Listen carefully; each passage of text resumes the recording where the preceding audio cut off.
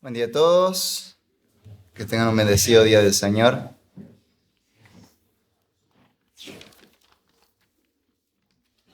Este año en Inglaterra pasaron varias cosas importantes. La reina Isabel II primero cumplió su jubileo, o sea, sus 70 años de reinado. Y poco después de eso falleció y heredó el trono su hijo, el príncipe Carlos, hoy el rey Carlos III,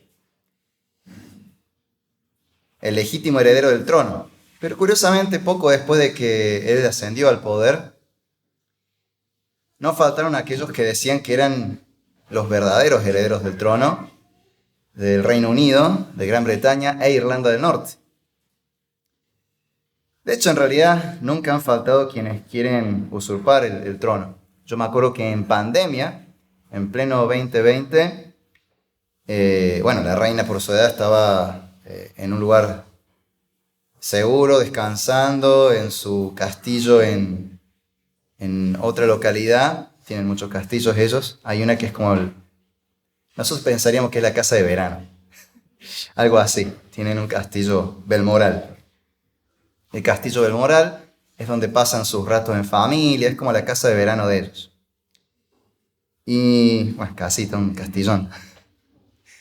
Y ahí estaba ella, mientras tanto, en el Palacio de Buckingham, en la capital, en Londres, estaban haciendo remodelaciones. Y debido a eso, hubo varios cambios y la gente decía, ¿por qué tantos cambios? Y algunos aprovechan y cierta persona dijo que era heredero del trono.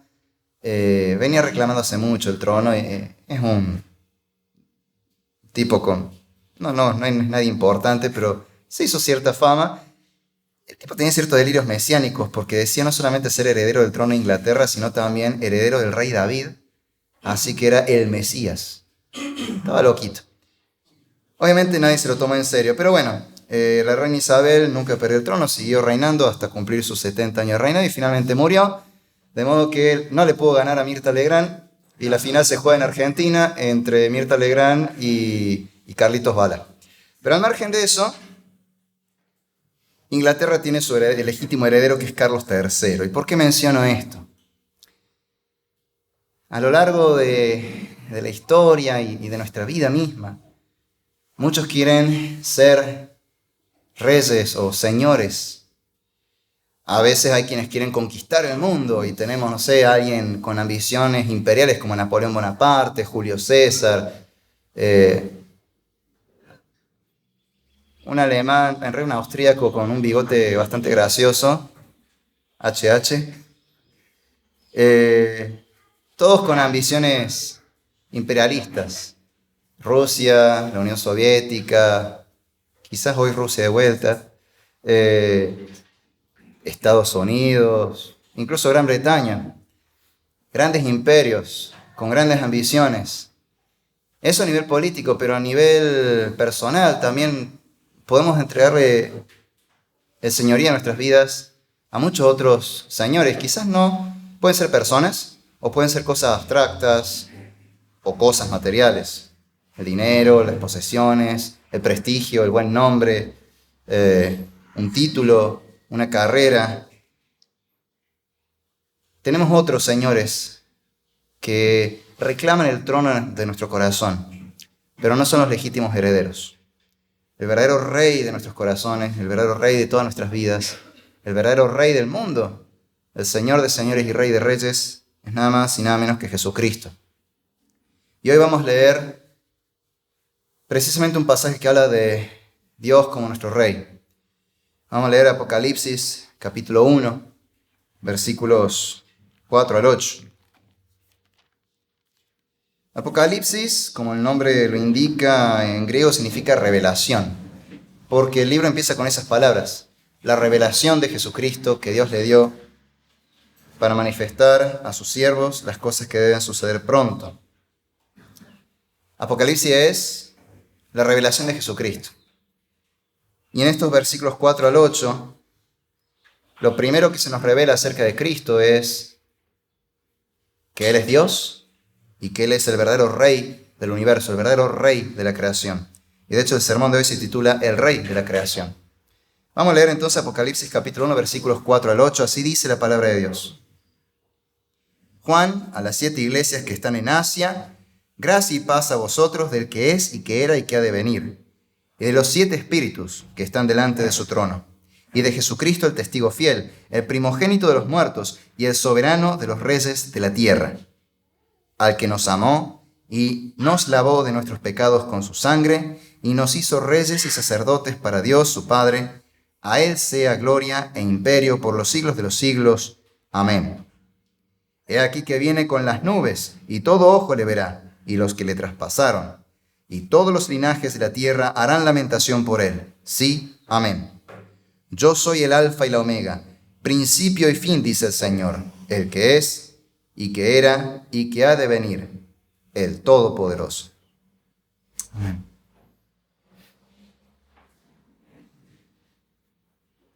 Hay varios puntos que vamos a extraer de este corto pasaje.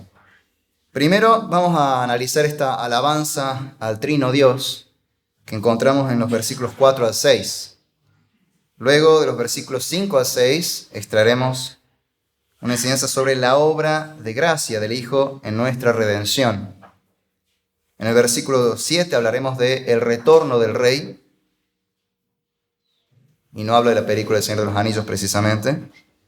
Y en el versículo 8, el Señor Jesucristo es el Señor de la historia.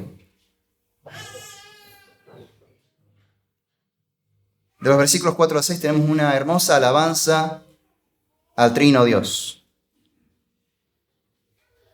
Comienza en realidad con una bendición, un saludo de parte de Juan el apóstol y profeta a las iglesias a las que escribe, 7 iglesias que están en Asia.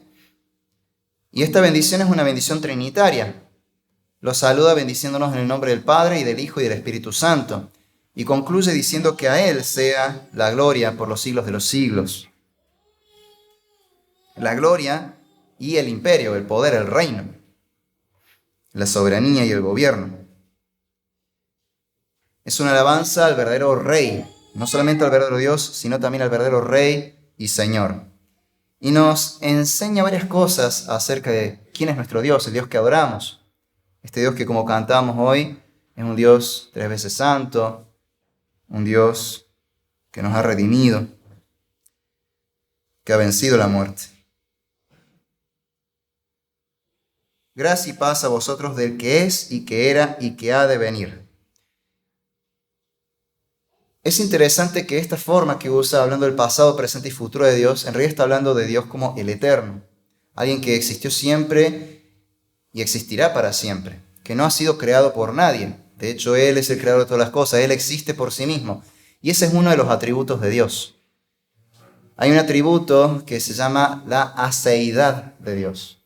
La aceidad de Dios es la cualidad que tiene Dios de existir por sí mismo. Él existe porque existe.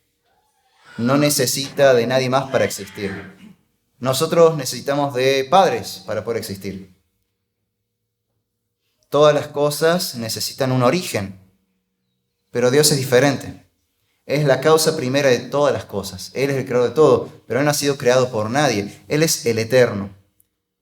Existió desde siempre y existirá para siempre. No puede dejar de existir. La existencia es parte de su esencia, de su naturaleza, su aceidad. Existe por sí mismo. Él es el que era y que es y que ha de venir. Y este es uno de los significados precisamente de uno de los nombres de Dios, el tetragramatón, que en realidad no tiene una pronunciación que se sepa. Jehová, Yahvé, incluso como un suspiro. Esa sería en realidad la pronunciación más exacta en hebreo. Y es, entre otros significados, el que es. Él, cuando habló, Moisés dijo: yo soy el que soy. Yo existo. Yo soy el que existe por sí mismo. Yo soy el eterno. Su grandeza, su magnificencia se revela incluso en este detalle, en que Él es el único que existe por sí mismo. No tiene nada que pueda amenazar su existencia. No depende de nada ni de nadie para existir y subsistir. Él es el eterno. Y eso nos habla de la magnificencia, de su grandeza. Y esa es la deidad de Dios. El Padre, entonces, comienza a ser revelado de esa manera. Dios en realidad comienza a ser revelado de esa manera. Todo Dios, el Dios trinitario. Luego nos habla de los 7 espíritus que están delante de su trono. En el libro de Apocalipsis y en toda la Biblia el número 7 tiene un significado muy interesante. Es un simbolismo que significa plenitud, algo completo. Y a lo largo de todo Apocalipsis 7 se repite muchas veces. Pero estos 7 espíritus en particular son otra forma de referirse al Espíritu Santo. Por ejemplo, en Zacarías se nos habla del Espíritu Santo representado con una especie de rueda con muchos ojos, con 7 ojos, quiere decir que lo puede ver todo, que Dios ve todas las cosas y sabe todas las cosas. Esa misma imagen aparece en Apocalipsis después. Pero puntualmente acá se nos habla de 7 espíritus. Y ya en la Biblia, en el Antiguo Testamento, se nos habla del Espíritu de Dios como teniendo 7 cualidades. 7 cualidades que lo caracterizan de una manera distintiva. Vamos a ir a Isaías, capítulo 11, versículos 1 al 2. En realidad este pasaje es una profecía que nos habla de la venida del Mesías. Cristo hizo referencia a este pasaje en cierto momento de su ministerio.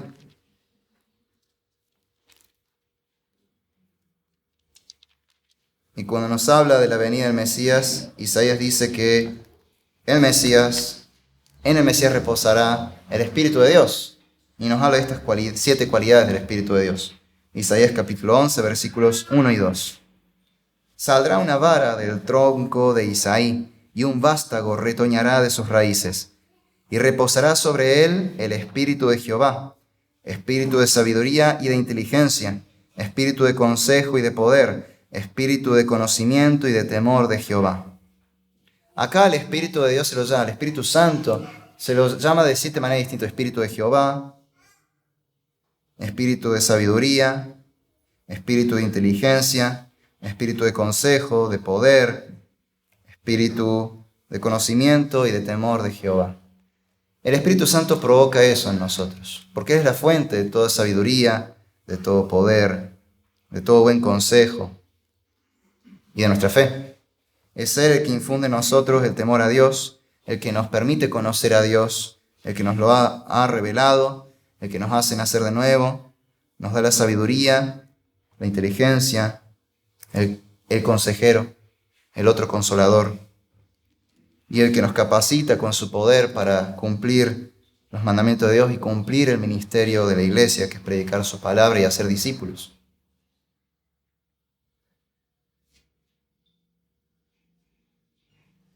Luego en el versículo 5 leemos sobre Jesucristo, la otra persona de la Trinidad.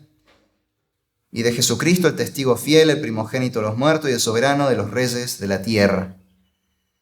Eso nos da varias cualidades de Cristo. Él es el testigo fiel. ¿Y por qué es el testigo fiel? Porque Él da fiel testimonio de la veracidad de Dios, de que Dios es verdadero y de que su palabra es verdad. Cristo cumplió con toda la ley de Dios. Por ende, es un perfecto testigo. No tiene nada por cual podamos reprocharlo. Es irreprensible, irreprochable. Totalmente creíble su testimonio. Es el testigo fiel porque ha cumplido con toda la ley a la perfección. Y de ese modo podemos confiar en que lo que Él dice del Padre es cierto. Es el testigo fiel porque además ha cumplido con todas las profecías y promesas de Dios en el Antiguo Testamento. Dios dijo que enviaría al Salvador. Dijo que vendría y vino. Dijo que moriría y murió. Dijo que resucitaría y resucitó. Dijo que sería exaltado y reinaría y reina. Exaltado en los cielos, sentado a la diestra de Dios. También es el testigo fiel porque nos enseña la palabra de verdad. Y como hemos visto que Él cumplió con todo, sabemos que su palabra es verdadera. podemos confiar plenamente. A veces dudamos de la palabra de Dios. A veces dudamos de sus promesas, sobre todo cuando pasamos por momentos difíciles. Pero tenemos en Cristo un fiel testigo de que todo lo que Dios ha dicho ha sido verdad. Y si todo lo que ha dicho acerca de Cristo se ha cumplido, todo lo demás que ha dicho para nosotros es verdad. Podemos confiar en que Dios va a cumplir su palabra, sus promesas para con nosotros. En que Dios no nos defraudará, no nos ha engañado, de que su palabra es verdadera y ha llegado a nosotros fielmente, de que no ha sido tergiversada o manipulada o mal traducida. Dios es verdadero, su palabra es la verdad y Cristo es el testigo verdadero, fiel testigo, que da testimonio seguro de que todo esto es cierto. Podemos confiar en nuestro Dios. También Cristo es el primogénito de los muertos. Es decir, el primero en resucitar. Literalmente no es exactamente el primero en resucitar. Ya en el Antiguo Testamento tenemos un par de resurrecciones, pero Cristo tiene la primacía en esa resurrección. Porque los otros que resucitaron por medio de un milagro que alguien más hizo, y fue por intervención divina. Cristo mismo intervino y resucitó a varias personas, pero Él resucitó por sí mismo, por el poder de Dios en Él, porque Él es Dios. Por ende, su resurrección tiene un aspecto especial, y sobre todo por una cuestión muy particular que lo caracteriza a Cristo. Él es el único que, a pesar de haber sido tentado en todo como nosotros, jamás pecó, jamás quebrantó la ley de Dios.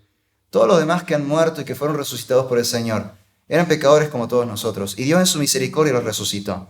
Pero Cristo murió una muerte que, podríamos decir, fue injusta. Cuando Él estaba colgado en la cruz y la gente se burlaba de Él, uno de los ladrones que estaban crucificados con Él se burlaba de Él, y el otro dijo: nosotros estamos padeciendo con justa razón, porque obramos mal, pero este hombre no ha hecho nada. Él es inocente, Él es justo. Él es el único justo, el único verdaderamente bueno, el único santo de verdad, que murió siendo que la muerte es la paga del pecado y Él no tenía ningún pecado. Por eso Él es el primogénito de los muertos. Ahí está la supremacía, la preeminencia de Cristo en su resurrección. Es el único no pecador que murió por los pecadores, y porque era justo, la muerte no tenía poder sobre Él. Porque la muerte es la paga del pecado, solamente tiene poder sobre los pecadores, pero sobre Cristo no tenía poder, no pudo retenerlo, y Él resucitó, tal como lo había prometido, tal como lo había predicho. Él es el primogénito entre los muertos. Y de hecho es la cabeza de todo. Vamos a Colosenses capítulo 1, versículos 15 al 18.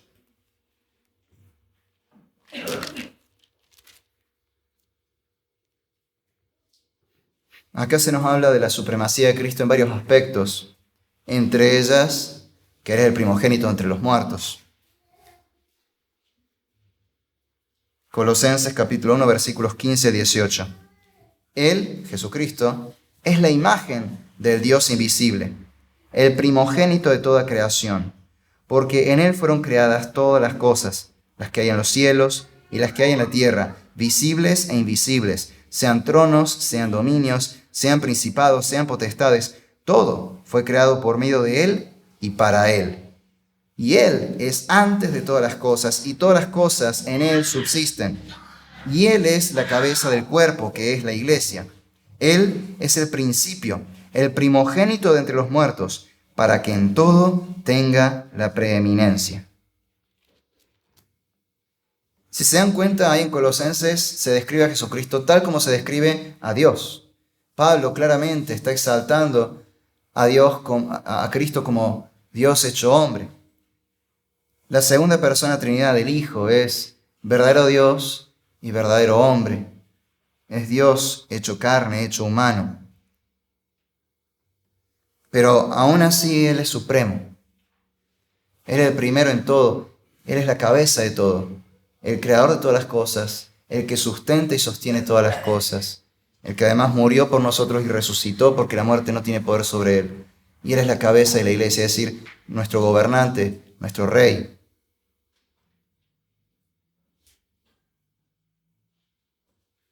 Él es el Señor de toda la creación, a tal punto que aún los demonios temen ante Él y le obedecen. Y eso nos lleva a la siguiente característica acerca de Cristo. Él es el soberano de los reyes de la tierra. Él es el Señor, el Rey de reyes y el Señor de señores. El emperador no es el rey Carlos III de Inglaterra, que reina sobre lo que quedó del Imperio Británico. No es el presidente de turno en Estados Unidos. No es el que esté gobernando en Rusia. No es la OTAN, no es la ONU. No es algún dictador que quiera dominar el mundo. El verdadero rey, el verdadero emperador es Cristo. Él es el Rey de reyes y el Señor de señores. Reina sobre toda la creación y todos los gobiernos de la tierra deben someterse a Él. Y un día lo harán, por las buenas o por las malas. Mejor por las buenas. Pero todo gobernante debería gobernar con temor a Dios. Todo gobernante debería temer a Dios y gobernar según las leyes de Dios. Si bien cada país puede sancionar sus leyes, esas leyes no deben contradecir la ley de Dios. Deben fundamentarse en los principios bíblicos de la palabra de Dios, de su ley que es santa, buena y perfecta. Si queremos tener justicia y paz, nuestros gobernantes deben gobernar con la ley de Dios, deben temer a Dios.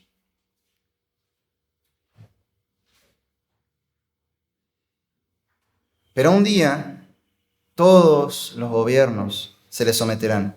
Y no solamente los gobiernos, toda la creación, aún los muertos, aún los demonios, tendrán que reconocer públicamente que Jesucristo es el Señor. Leamos Filipenses capítulo 2. En una hermosa y famosa alabanza muy antigua, Pablo nos habla acerca de Cristo, de su obra y de su exaltación. En Filipenses capítulo 2, versículos 9 al 11, leemos así. Por lo cual Dios también le exaltó hasta lo sumo y le dio un nombre que es sobre todo nombre, para que en el nombre de Jesús se doble toda rodilla de los que están en los cielos y en la tierra y debajo de la tierra, y toda lengua confiese que Jesucristo es el Señor, para gloria de Dios Padre. Un día todos van a tener que reconocer que Jesús es el Señor. Ahora uno puede decir, bueno, al final si todos van a reconocerlo como Señor, ¿qué sentido tiene? ¿Qué sentido tiene que yo haga todo lo que hago ahora, de obedecer la palabra de Dios, de vivir en santidad, de negarme los placeres pecaminosos, si al final de cuentas todos van a reconocerlo como Señor? La diferencia está en la condición en que eso va a suceder. Porque nosotros vamos a reconocerlo como Señor, triunfantes, siendo súbditos de Dios, del Dios victorioso. Los demás habrán sido rebeldes que, derrotados, no tendrán otra alternativa que reconocer a Cristo como el Señor. Ahí está la gran diferencia. Podemos reconocerlo como súbditos obedientes y victoriosos o como rebeldes derrotados. Y la pregunta es, ¿cómo vas a honrar a Dios en ese día? ¿Estarás del lado de los súbditos que con gozo celebran el triunfo de nuestro gran Rey, nuestro Rey de gloria que viene a juzgar a vivos y a muertos? ¿O estarás del lado de los rebeldes derrotados que no tendrán otra alternativa que rendirse, aceptar su condena eterna y reconocer que Él es el Señor?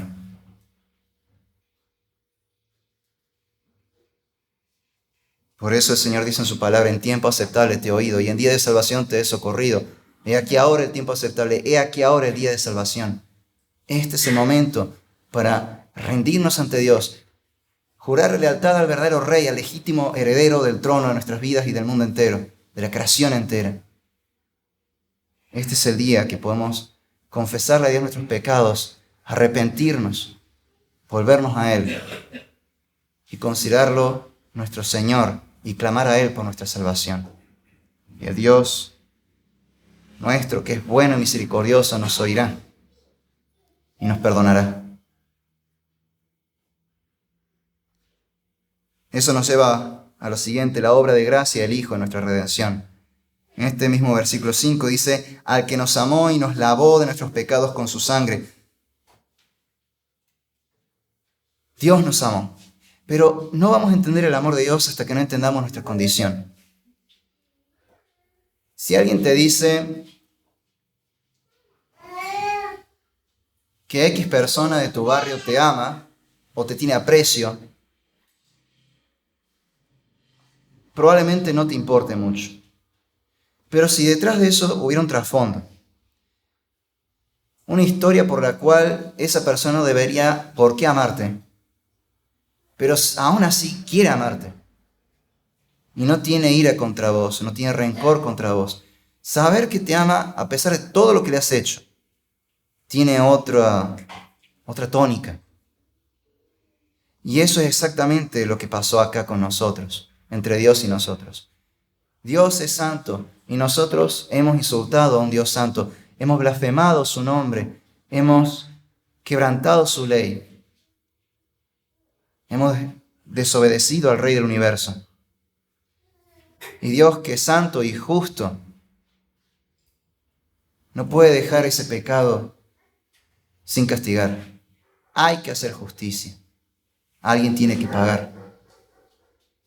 Y eso significa que hay una guillotina afilada esperando por caer sobre nuestros cuellos.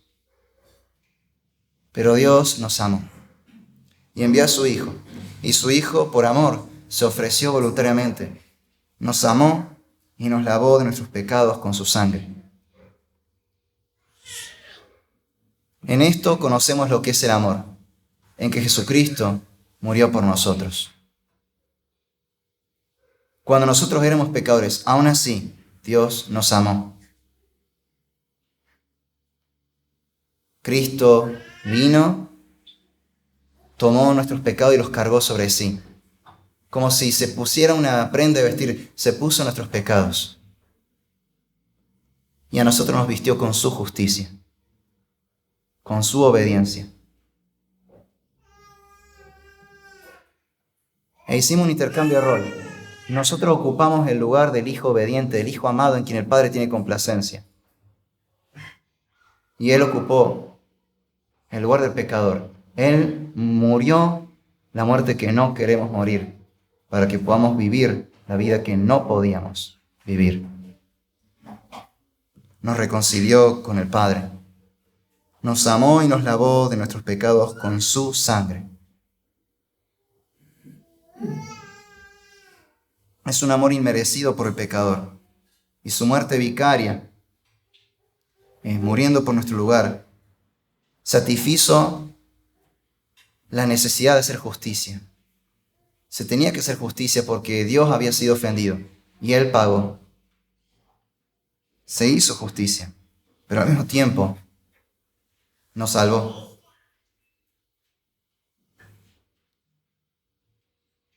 Y como fruto de eso, a aquellos que hemos creído en Él y nos hemos arrepentido de nuestros pecados, Él nos ha consagrado como sacerdotes para Dios.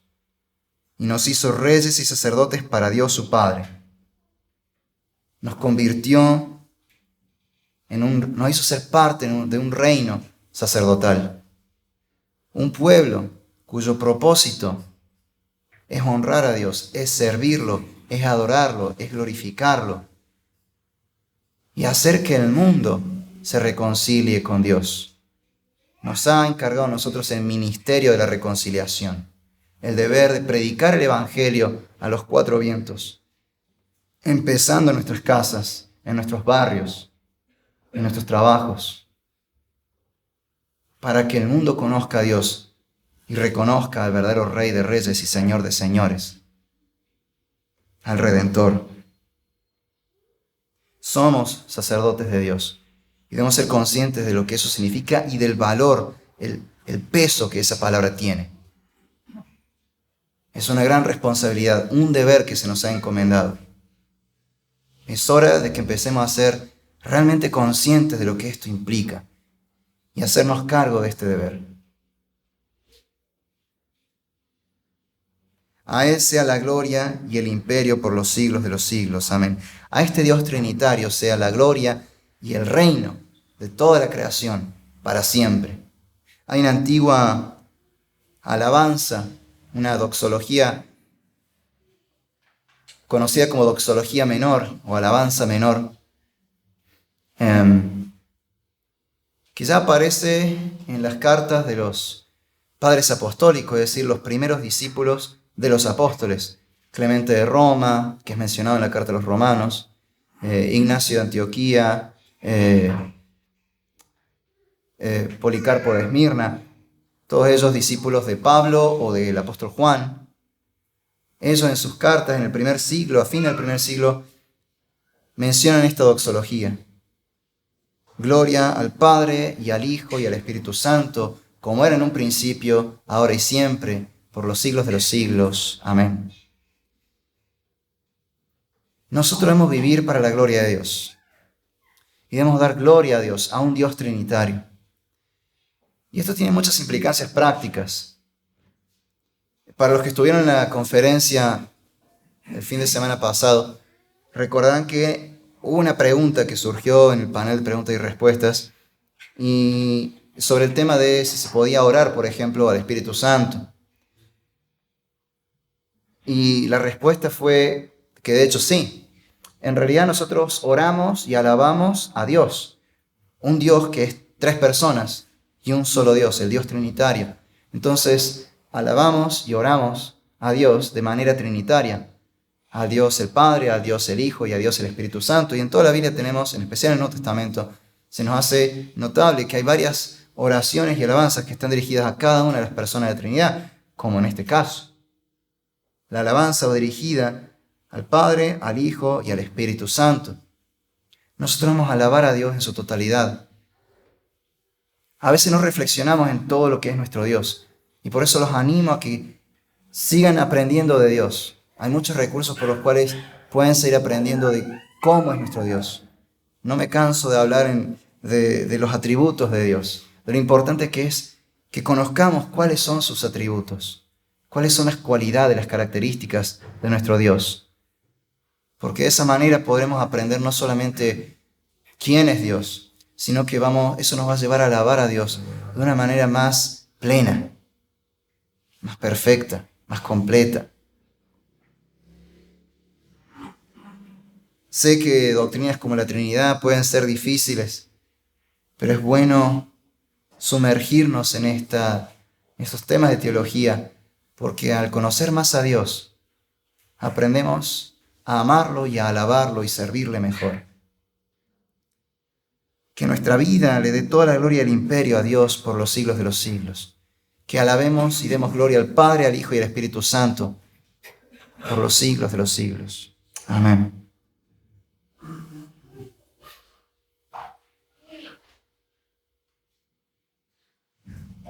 El siguiente punto es acerca del retorno del Rey. Esta revelación de Jesucristo es para anunciar unas cosas que sucederán. Y el tema central de todo Apocalipsis es la segunda venida de Jesucristo, el Rey que vuelve.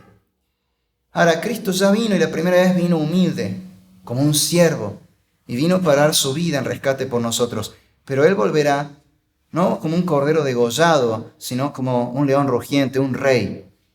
Él vendrá en gloria para juzgar a vivos y a muertos y para traer la consumación del reino, la plenitud del reino, acabar para siempre de una vez por todas con el pecado, completar la redención, librar a toda la creación del yugo de pecado, destruirlo al pecado, a Satanás y a sus demonios, y hacernos entrar en su reino, en el cual ya somos parte, ya estamos en el reino, pero todavía este reino no está pleno.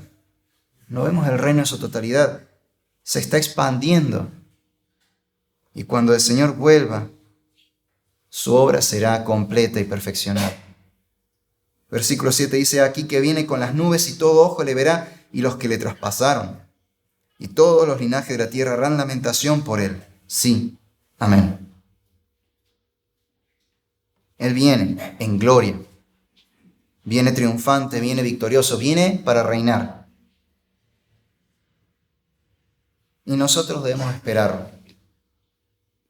Debemos esperar su segunda venida. Debemos anhelar su regreso. Debemos orar porque el Señor vuelva pronto y en nuestros días.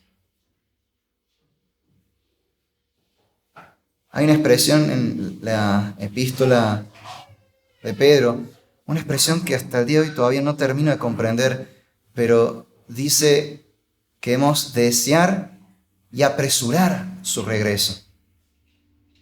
No sé cómo es que podemos apresurar su regreso, pero por lo menos podemos desearlo. Empecemos por ahí. Anhelemos su regreso. Roguemos al Señor en nuestras oraciones, que Él vuelva pronto. Yo muchas veces oro que el Señor me permita verlo regresar con mis propios ojos antes de mi muerte.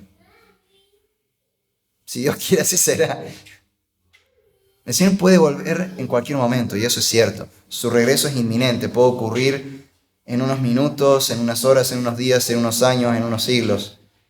Pero algo es seguro, el Señor volverá, porque es parte de sus promesas.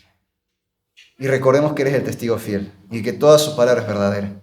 Él dijo que vendría y vino, Él dijo que moriría y murió, Él dijo que resucitaría y resucitó, dijo que volvería y volverá.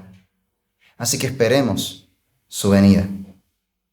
Preparemos para ese momento. Hay algunos que se preparan de una forma bastante curiosa. Se preparan para sobrevivir en la gran tribulación. Se hacen Boy Scouts y cosas por el estilo. No es exactamente esa la forma en que debemos prepararnos. Debemos preparar nuestros corazones, debemos vivir en santidad y debemos obedecer a Dios. Cuando vivimos en santidad y obedecemos al Señor, nos estamos preparando para recibir al Señor cuando Él venga en gloria. Es como cuando invitamos a alguien a nuestra casa y si somos hospitalarios, no nos quedamos simplemente esperando que vengan ahí sentados de brazos cruzados, mirando el reloj a ver que lleguen puntuales, sino que estamos en movimiento. Limpiamos la casa, ordenamos, preparamos rica comida. Y cuando llega la persona está todo listo y ofrecemos en abundancia todo lo que tenemos para agasajar al invitado. Y el invitado sabe que lo hemos estado esperando por esa hospitalidad que mostramos. Nos hemos preparado. De la misma manera, limpiemos la casa de nuestras vidas, de nuestros corazones. Santifiquémonos y empecemos a obedecer los mandamientos de Dios. Y demos la espalda al pecado. Y de ese modo vamos a estar preparándonos y esperando a nuestro Señor. Que Dios quiera venga muy pronto y en nuestros días.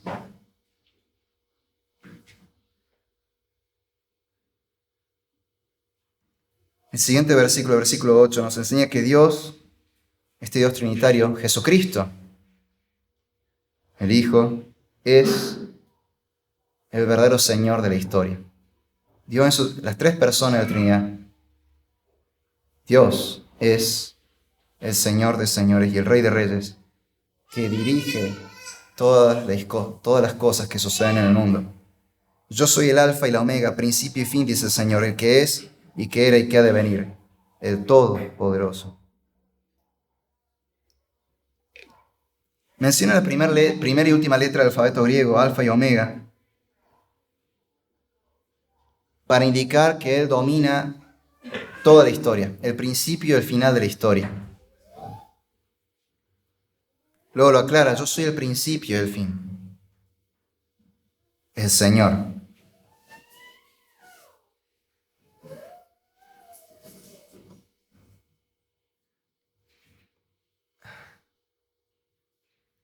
Como mencioné antes, a veces nos angustiamos por lo que nos pasa. Pero Dios está al control de todo. No solamente es el soberano de los reyes de la tierra, no solamente es la cabeza de la iglesia, el soberano de la iglesia. No solamente es el rey de la creación que aún los demonios se le someten, sino que es el rey de la historia. Él dirige todo lo que pasa. Por su divina providencia, Él supervisa todo lo que está pasando y no hay nada que ocurra en el mundo que escape de su control.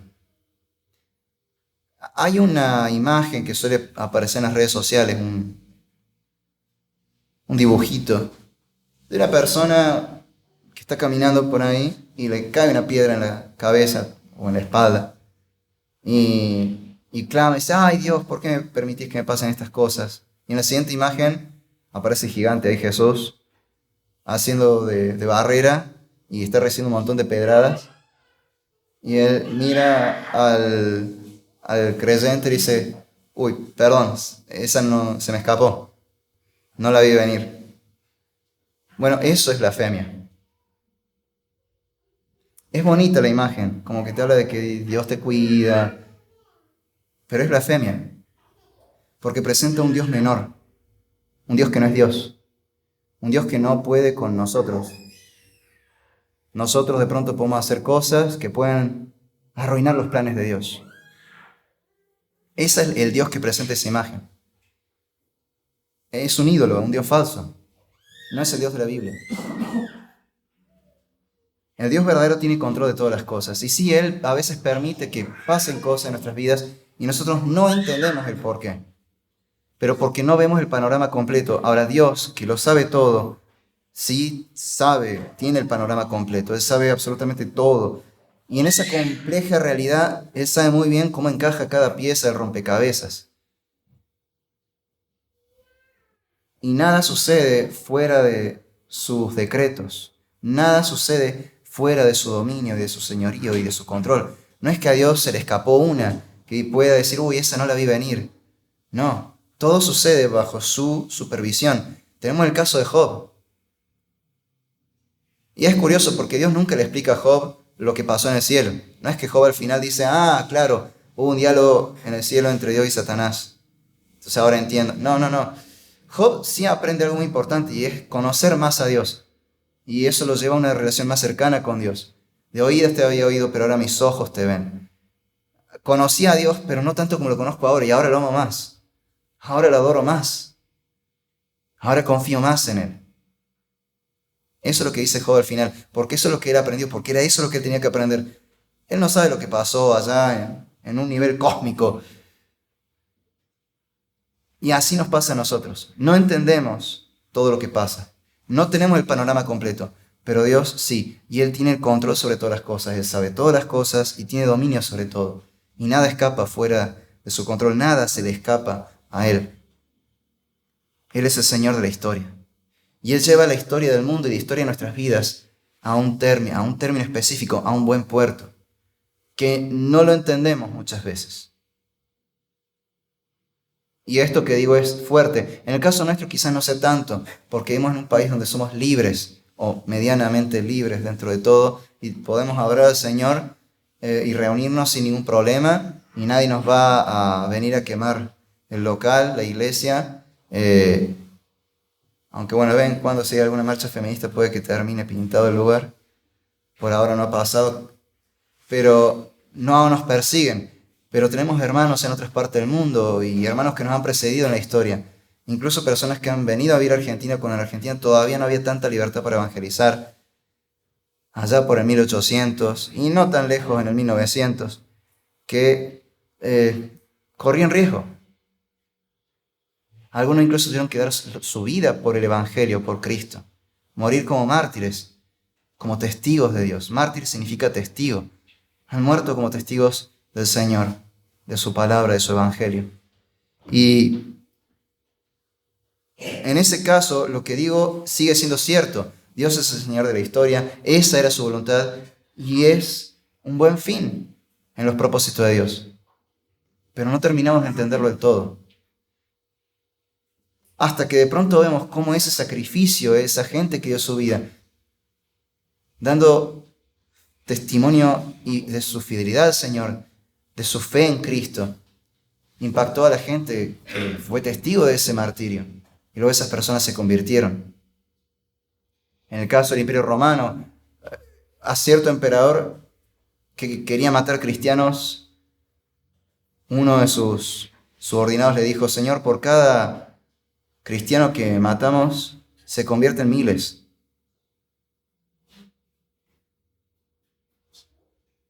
Y ahí empezamos a ver el buen fin. Pero los que murieron no lo vieron, pero confiaron en Dios. Y hasta el momento de muerte, creyeron y confiaron en el Señor, y dieron con gozo sus vidas. No se rindieron.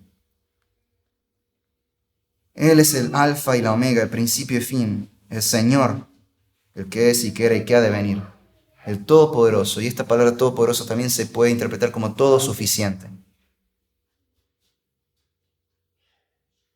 Él es el Señor de la historia, no necesitamos nada más ni a nadie más. Y por esta razón, nosotros podemos pensar en las implicancias prácticas de esta alabanza a Dios Trinitario, de este anuncio de su segunda venida y de su señorío absoluto sobre toda la historia y nuestra vida personal. En primer lugar, ya que Dios es Dios, el Señor, el Rey, y el que tiene control de todo, confiemos en Él, en que Él tiene dominio sobre todas las cosas. Y cuando pasemos por dificultades, por duro que parezca, no dudemos. Creamos en Dios y confiemos en Él. Pongamos nuestra esperanza en Él. Esperemos en Él. Descansemos en Él. Derramemos nuestro corazón ante el Señor y que Él nos dé su paz y nos fortalezca. Porque Él es el Señor. Debemos saber que Cristo ya reina y nosotros ya somos ciudadanos de su reino si es que hemos creído en Jesucristo y nos hemos arrepentido de sus pecados. Por lo tanto, celebremos con gran gozo a Jesucristo, nuestro Rey. Y no solo lo celebremos, sino como pueblo de Dios que se reúne en su iglesia cada día del Señor, sino demos testimonio público de que Él es el Señor. Reconozcamos públicamente al Rey verdadero y proclamemos su reino, anunciemos su evangelio. El evangelio en cierta manera es un ultimátum para el mundo. Sométanse al verdadero Rey.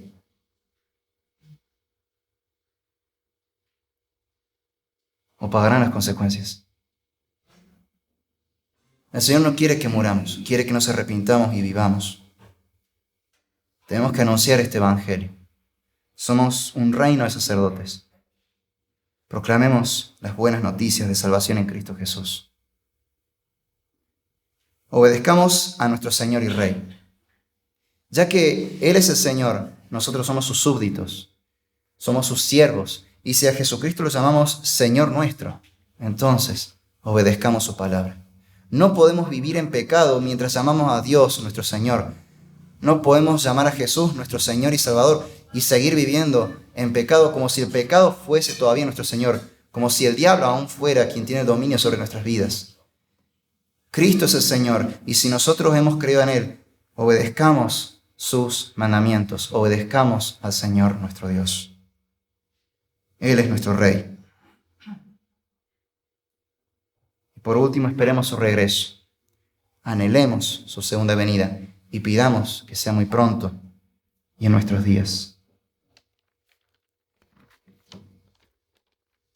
Oremos.